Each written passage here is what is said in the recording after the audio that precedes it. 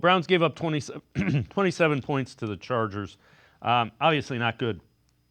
When you look at how the defense played, it's even more frustrating because there were a couple of meltdowns in third and longs that are just shouldn't be happening. Midway through the regular season. I know you posted a couple of these, so let's take a look at this one breakdown that led to a pretty big play. What do you see with this? Yeah, it's cover two in a 3rd and 21 situation, which I think in theory can be a situation that you feel okay about. But when you have two guys carry vertical on a cover two side with what's supposed to be a down corner, or at least the corner is responsible for the flat, then you have to carry with number one, which is the bottom receiver down there, Denzel Ward, creeping at the bottom of the screen.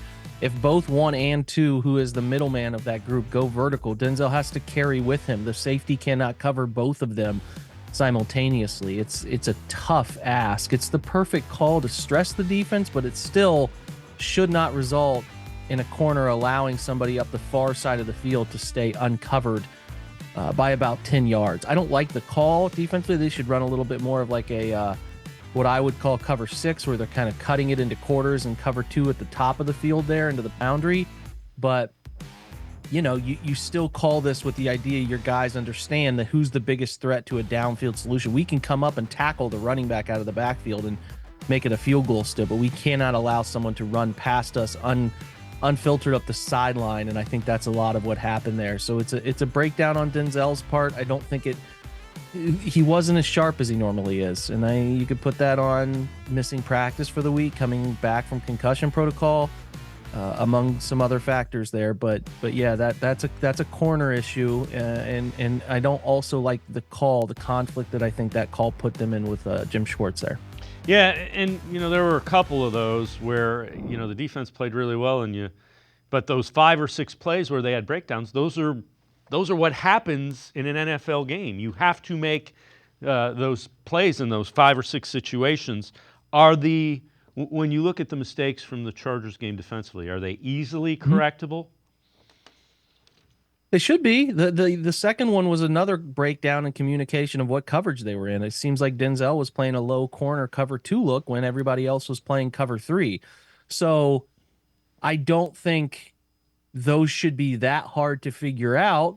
In theory, if we're communicating whatever hand signal or whatever word we use to check into cover 3, those should be pretty fixable. But you hesitate to say, yeah, that's easily solved. I mean, put it this way.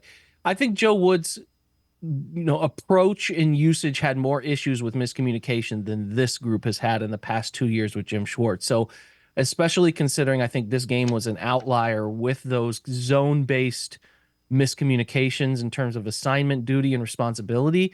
So it should be, it should be something that is easily solvable. But if they're going to push more into zone coverages in certain scenarios, they've got to be better. And I can't sit here and guarantee that's going to be the case, even though you don't see many times where you have 2 massive coverage busts like that in a single game. That was pretty disheartening considering how big of a game that could have been for them to get to 3 and 6. So, it's certainly a pretty big bummer, but I feel like those should be things that they can solve out. It wasn't necessarily something so outlandish that it shouldn't be able to be solved.